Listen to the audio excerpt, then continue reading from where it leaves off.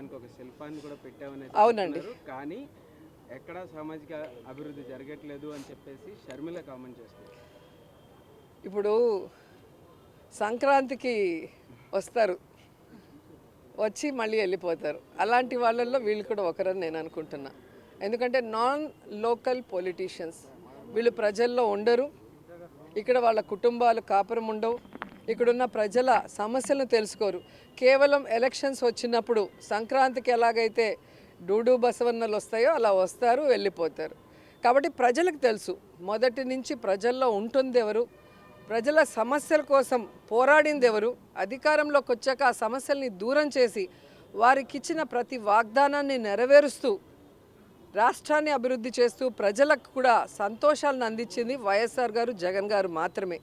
కాబట్టి ఈరోజు ఎవరో వచ్చి ఏదో చెప్తే జనాలు నమ్మటానికి పిచ్చోళ్ళు కాదు. ఇప్పుడు సోషల్ మీడియా చాలా అవేర్నెస్ క్రియేట్ చేస్తుంది. సో ఇక్కడే పుట్టి, ఇక్కడే పెరిగి, ఇక్కడే ఓటుతో ఆయన ఇక్కడే ఇల్లు కట్టుకొని, ఇక్కడే తన కుటుంబం కూడా ఉంటూ ప్రజల మధ్యలో ప్రజా నాయకుడిగా ఎదిగిన వ్యక్తి జగన్మోహన్ రెడ్డి గారు.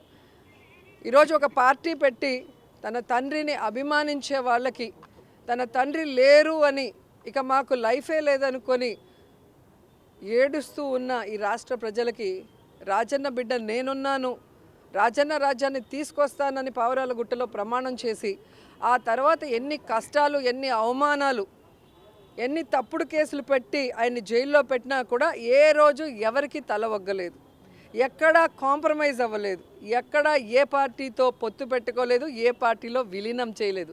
అది నాయకుడి లక్షణం. అంతేగాని పక్క రాష్ట్రంలో పార్టీలు పెట్టి అక్కడ జనాలు చీకొడితే మళ్ళీ ఇక్కడికి వచ్చి కాంగ్రెస్లో చేరి మాట్లాడితే ప్రజలేం పిచ్చోళ్ళు కాదు. ఈరోజు ఆంధ్రప్రదేశ్లో కాంగ్రెస్కి ఓటు అడిగే నైతిక అర్హత లేదు, హక్కు లేదు. ఎందుకంటే బాగున్న ఈ రాష్ట్రాన్ని ముక్కలు చెక్కలు చేసింది కాంగ్రెస్ పార్టీ.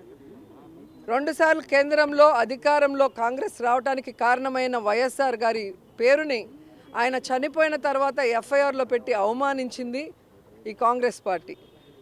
వైఎస్ఆర్ గారు 2 సార్లు వాళ్ళని రాష్ట్రంలో కేంద్రంలో అధికారంలో తీసుకొచ్చినా ఆయన లేని సమయం చూసి ఆ కుటుంబాన్ని అవమానించి రోడ్డు కీడ్చి జగనన్న మీద తప్పుడు కేసులు పెట్టి జైల్లో పెట్టించింది కాంగ్రెస్ పార్టీ.